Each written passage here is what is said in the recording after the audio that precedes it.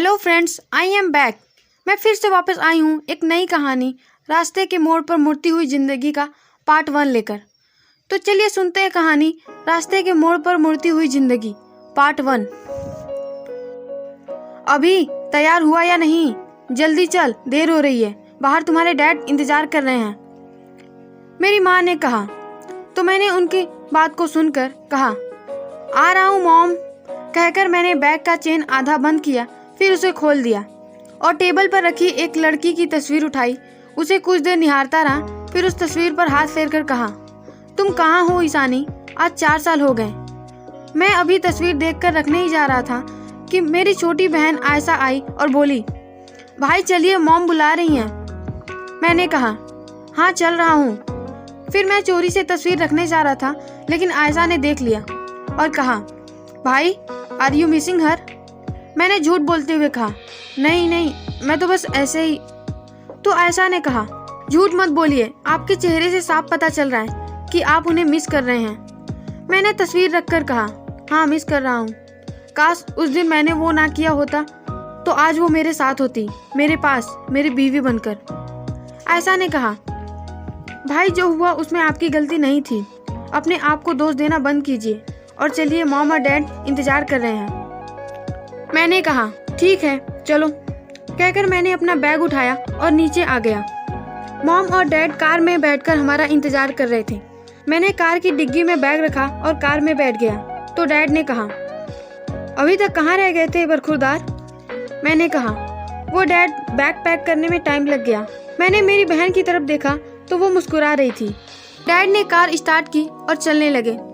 दरअसल मेरे कजिन यानी कि मेरे मामा के बेटे की शादी है, डेस्टिनेशन वेडिंग, तो हम वहीं जा रहे थे। 2 घंटे बाद हम डेस्टिनेशन पर पहुंच गए।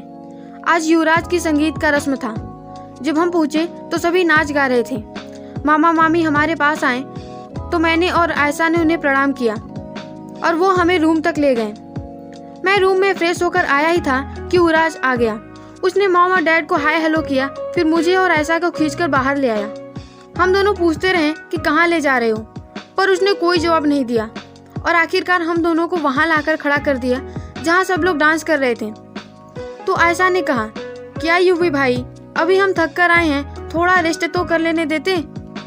युवराज ने कहा, बिल्कुल नहीं, अगर रेस्ट करना ही था तो पहले ही आना चाहिए था। मैंने कहा, ये सब क्या है युवी? युवराज ने कहा, अरे ये तो कुछ नहीं, अभी तो तुम्हें मुझको मेहंदी लगानी है, तुम दोनों के भाई की शादी है और तुम दोनों आ जा रहे हो। मैंने कहा, हाँ तो शादी के फंक्शन तो आज से ही शुरू हो रहे हैं ना? युवी ने कहा, सगाई और हल्दी? मैंने कुछ नहीं कहा। तो युवी ने फिर कहा, अच्छा चलो डांस करो। मैंने कहा, मैं नहीं कर रहा, मैं रूम में जा रहा हूँ। युवी ने कहा, ठीक है मैं भी जा रहा हूँ। मैंने पूछा, कहाँ? तो युवी ने कहा, अपनी शादी तोड़ने, क्योंकि मेरा भाई मेरी शादी से खुशी नहीं है। मैंने हार मानते हुए कहा, अच्छा ठीक है, तेरी बचपन की आदत गई नहीं ना अभी तक, इमोशनल ब्लैकमेल, चल। मैं और युवी डांस करने लगे। वहाँ और भी कई लोग डांस कर रहे थे। तभी मैं एक लड़की से टकराकर गिरने वाला था कि उसने मुझे थाम लिया और कहा, आप ठीक तो है ना? मैं कुछ बोल नहीं पाया। वो आवाज मुझे जानी पहचानी लगी। ऐसा लगा कि वो आवाज सुनने के लिए मैं बरसों से बेकरार था। चूँकि उस लड़की ने घूंघट ओढ़ रखा था, इसलिए मैं उसे पहचान नहीं पाया। मुझसे रुका भी नहीं गया, तो मैंने उसके चेहरे से घूंघट हटा दिया और अचानक मेरे मुंह से निकला, ईशानी। मैं ईशानी को और ईशानी मुझे देखकर हैरान थे। मैं उसे देखता रहा। तभी युवी ने कहा, तुम दोनों ठीक तो हो? मैंने कहा, हाँ, और ईशानी भागकर कमरे में चली गई। मैंने उसे जाते हुए देखते हुए कहा, ये? तो युवी ने कहा, यही तो है जो मिसेज युवराज पवार बनेगी। मेरे दिल को झटका लगा। मैंने मन में कहा, ईशानी शादी कर रही है? ये किस मोड़ पर आके मिले हैं हम? खत्म हुआ इंतजार और टूट गया भ्रम। मुझे खोया हुआ देखकर युवराज ने कहा, क्या हुआ, कहाँ खो गए? मैंने कहा, कहीं नहीं, कहकर मैं भी कमरे में चला गया। रात को डिनर हमें साथ में करना था, पर मुझे देखकर ईशानी अनकंफर्टेबल महसूस कर रही थी। वो बहुत शांत बैठी थी, तो मैंने कह दिया कि मुझे भूख नहीं है और उठकर जाने लगा। जाते जाते मैंने ईशानी पर एक नज़र डाली। वो मुझे ही देख रही थी, पर जब मैंने उसकी तरफ देखा तो उसने नजरें झुका ली उस रात मुझे नींद नहीं आई। अब तक मेरे दिल में कई सवाल थे कि ईशानी कहाँ है, पर अब एक ही सवाल है कि वो शादी क्यों कर रही है। मैं उससे मिलना चाहता था, पर इस तरह तो कभी नहीं। अगले दिन मेहंदी का रस्म था। जिस ईशानी के हाथों पर मैं अपने हाथ से अपना नाम लिखने वाला था, आज उसके हाथों पर किसी और का नाम लिखने जा रहा था। पर अब मैं क्या करता, और ईशानी मेरा इंतजार करती भी क्यों। मैंने उससे कभी कहा ही नहीं कि मैं उससे प्यार करता हूँ। मैंने सोचा एग्जाम खत्म होते ही उसे बोल दूंगा, पर वो तो चली गई और मेरे एहसास खामोश रह गए। कभी कभी कुछ ना कहने की कीमत इतनी ज्यादा होती है कि हम उसकी कीमत सारी उम्र चुकाते हैं। वो 4 साल मैंने इस इंतजार में गुजार लिए कि तुम वापस आओगी ईशानी, पर मेरे जिंदगी के 40 साल कैसे गुजरेंगे अब, जबकि तुम्हारे आने की, तुम्हारे मिलने की कोई उम्मीद ही नहीं बची है। पर फिर भी मैं तुमसे एक बार मिलना चाहता हूँ, ये जानने के लिए कि क्यों अचानक से तुम चली गई।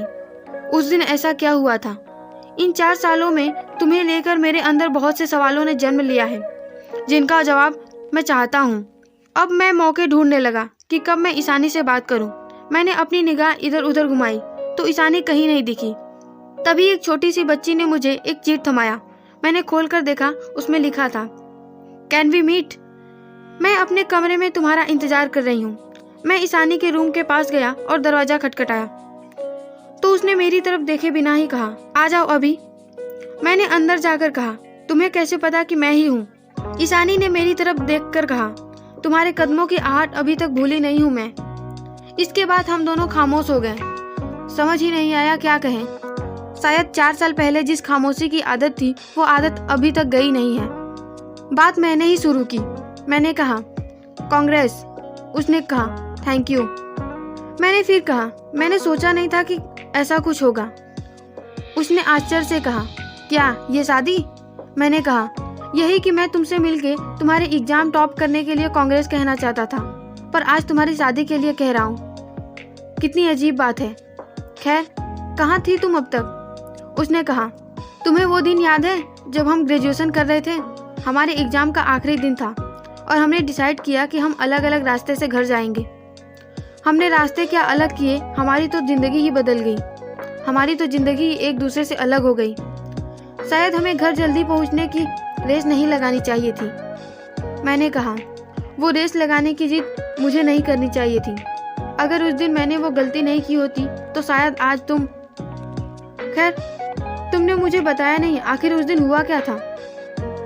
ईशानी ने कहा, मैं उस दिन घर पहुंची तो मैंने देखा कि डैड, मॉम, शिवम सब कार में बैठे हैं। मेरे जाते ही डैड ने कहा कि उन्हें अर्जेंटली शिफ्ट करना है। मैंने अपना ड्रेस भी चेंज नहीं किया और कार में बैठ गई। एक्चुअली डैड का ट्रांसफर हो गया है, ये बात तो तुम्हें पहले ही पता थी, पर अचानक से दादाजी की तबीयत खराब हो गई थी तो हमें जाना पड़ा। मैंने तुम्हें मैसेज करके बताने के लिए फ़ोन में मैसेज टाइप कर रही थी, पर मेरा फ़ोन नीचे गिर गया। फिर मैंने तुमसे मिलने की, तुमसे बात करने की बहुत कोशिश की, पर मैं कांटेक्ट नहीं कर पाई। मैंने कहा, सिर्फ तुमने नहीं, मैंने भी बहुत कोशिश की। खैर, तुमने मुझे क्यों बुलाया? ईशानी ने कहा, मेरी शादी है। अगर मेरा बेस्ट फ्रेंड मेरे साथ नहीं होगा तो मैं अकेले पड़ जाऊंगी। मैंने धीरे से कहा, काश बेस्ट फ्रेंड की हद से आगे बढ़ पाता। ईशानी ने कहा, कुछ कहा क्या? मैंने कहा, नहीं। ठीक है, फिर चलता हूँ। मैं जाने लगा तो ईशानी ने मेरा हाथ पकड़कर रोक लिया। मैंने मुड़कर देखा तो वो लगभग रो रही थी। आज के लिए बस इतना ही। आगे की कहानी अगले पार्ट में। कहानी जारी रहेगी। तो अगर आपको हमारी कहानी पसंद आई तो इसे लाइक, शेयर और कमेंट जरूर कीजिए। हमारे चैनल को सब्सक्राइब करके घंटी का बटन जरूर दबाइए ताकि आने वाली हर नई कहानी आप तक पहुंच सके।